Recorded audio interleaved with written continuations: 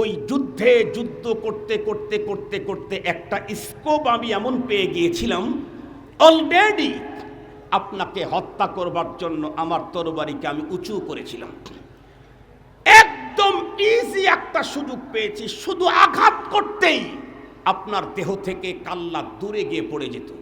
এই রকমের একটা স্কোপ পেলাম, তরবারিও উঠালাম, যেই মাত্র মারবো সেই মুহূর্তেই আমার অন্তরের ভিতরে একটা কথা জাগ্রত হলো, এই তুই কাকে মারতে যাচ্ছিস? যেই লোকটা তোর জন্মদাতা পিতা, যিনি পৃথিবীতে না আসলে তুই আগমনের কোনো সম্ভাবনাই ছিল না।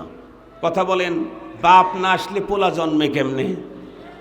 বাবারই যদি জন্ম না হয়, বাবার যদি জন্ম না হয়, তাহলে পোলা দুনিয়াতে আসবে কেমনে? নাকি বাবার দরবারে গরু দিলেই পোলাইব? ছাগল দিলে? এ ছাগল আর গরু দিয়ে কাজ হবে না। রব্বুল আলামিনের সিস্টেম হলো এটা, বাবা মা লাগে। এ কথা বলে হযরতে সিদ্দিক আকবরের সন্তান বাবার প্রতি তার অকৃত্রিম ভালোবাসার প্রকাশ করলো। কিন্তু সেই মুহূর্তে সিদ্দিক আকবর তার সন্তানকে ডেকে যেই শব্দটা বলেছিলেন, ওই চরিত্র বন্ধুরা আমার কিয়ামত পর্যন্ত মুমিনদের ভিতরে থাকতে হবে, নাইলে আল্লাহর কাছে আমার আপনার ঈমান গ্রহণযোগ্য না। আল্লাহ বলেন, ফাইন আমানু বিমিসলি মা আমানতুম বিহি ফাকাদ ইহতাদাউ।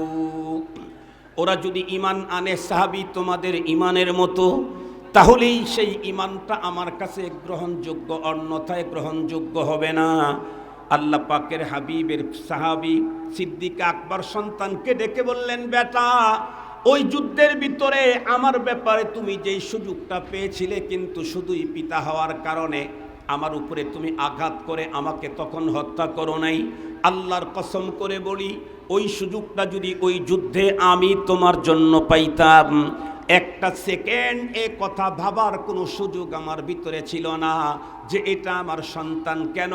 আমি তো মুমিন, ওয়াল্লাযীনা আমানু আশাদ্দু হুব্বান লিল্লাহ। আমি তো মুমিন, আমার অন্তরের ভিতরে আমার বাবার চাইতে রবের মায়া বেশি। আমি তো মুমিন, আমার অন্তরের ভিতরে আমার কলিজার টুকরা সন্তানের চাইতে রবের মায়া বেশি। আমি তো মুমিন, আমার অন্তরে স্ত্রীর চাইতে আল্লাহর মায়া বেশি।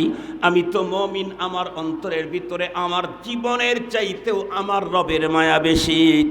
যদি আমরা আমাদের অন্তরে আল্লাহ প্রেম, সম্পদ, সন্তান, পিতামাতা এগুলি থেকে বাড়াইতে না পারি, তাহলে বন্ধুরা আমার আল্লাহ পাকের আযাব আর গজব আমাদেরকে ধরে ফেলবে।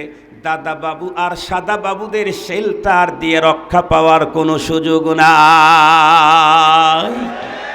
এই জন্য আজকের এই মাহফিল থেকে খোদাই মেসেজ আপনাদের পর্যন্ত পৌঁছিয়ে দিলাম, মানা না মানা আপনাদের কাজ।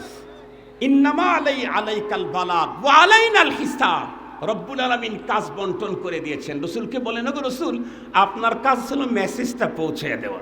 মেসেজ পৌঁছায় দেন, কে মানে আর না মানে সেটা আমি দেখব। কে মানে আর না মানে সেটা কে দেখবেন? আল্লাহ দেখবেন।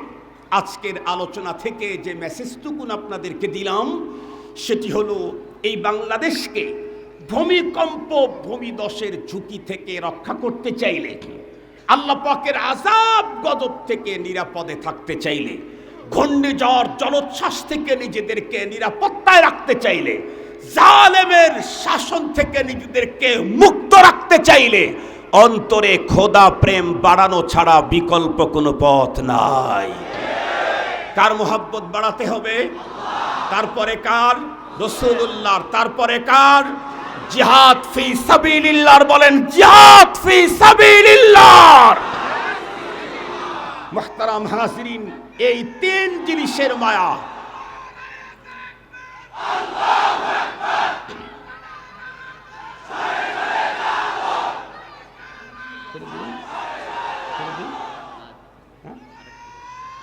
ছেড়ে দিই।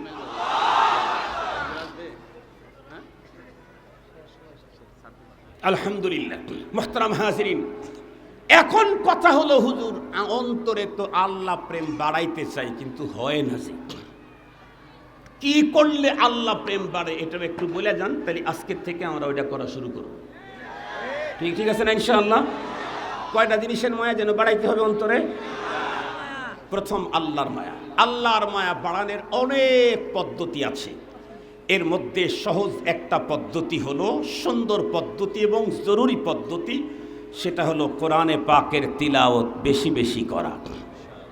আল্লাহর কোরআনের তেলাওয়াত যত বাড়বে, 5 মিনিট, যত বাড়বে আল্লাহর কোরআনের তেলাওয়াত, ততই আল্লাহ পাকের মুহাব্বত অন্তরের ভিতরে বাড়তে থাকবে। আমরা ইনশাআল্লাহ যারা কোরআনে পাকের তিলাওয়াত জানি, কমপক্ষে 2 টাইম দৈনিক 2 বার সকাল এবং সন্ধ্যায় আল্লাহর কোরআন তেলাওয়াত করব।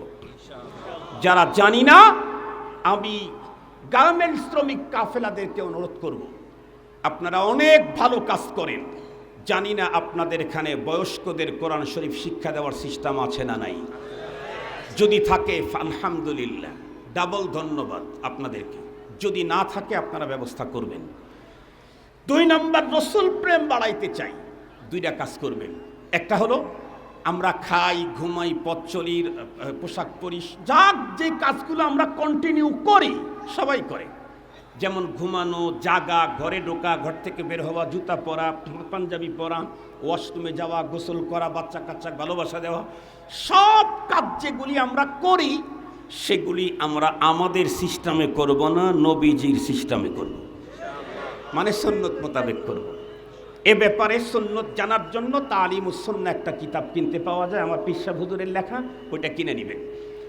2 নাম্বার হলো যখনই মুখ ইজি থাকে তখনই নবীজির প্রতি দরুদ পড়তে থাকবেন, দেখবেন অটোমেটিকলি আপনার অন্তরে রসুল প্রেমের আগুন লাগতে থাকবে।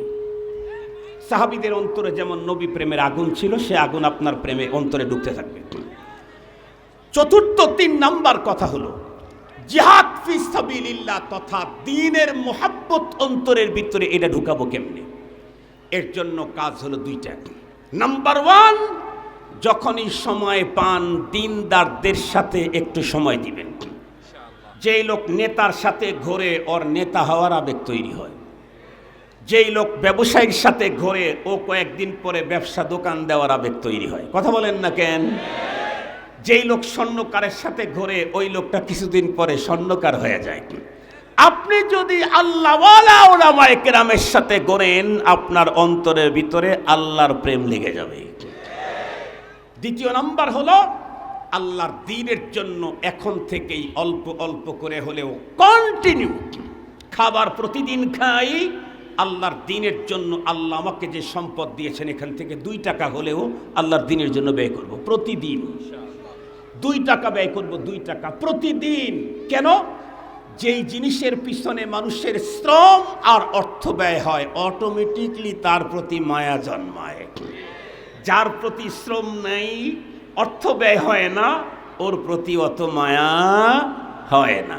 তা আল্লাহ পাক আমাদের সকলকে এই পদ্ধতিতে আল্লাহ, রসুলুল্লাহ, জিহাদ ফি সাবিলিল্লাহর মায়া অন্তরে বাড়ায়া আমাদের দেশটাকে আল্লাহ তাআলা যেন ঝুঁকি মুক্ত করে দেন। এই কি বলে, ভূমিকম্প, ভূমিধস, এ জাতীয় আযাব গজব থেকে বাঁচবার পথ যেন আল্লাহ তাআলা তৈরি করেন। ওমা তৌফিক ইল্লা বিল্লাহ। যতটুকুন বললাম, আল্লাহ তাআলা আমাকে আপনাদের সকলকে আমল করার তৌফিক দান করুন। আসসালামু আলাইকুম ওয়া রাহমাতুল্লাহ।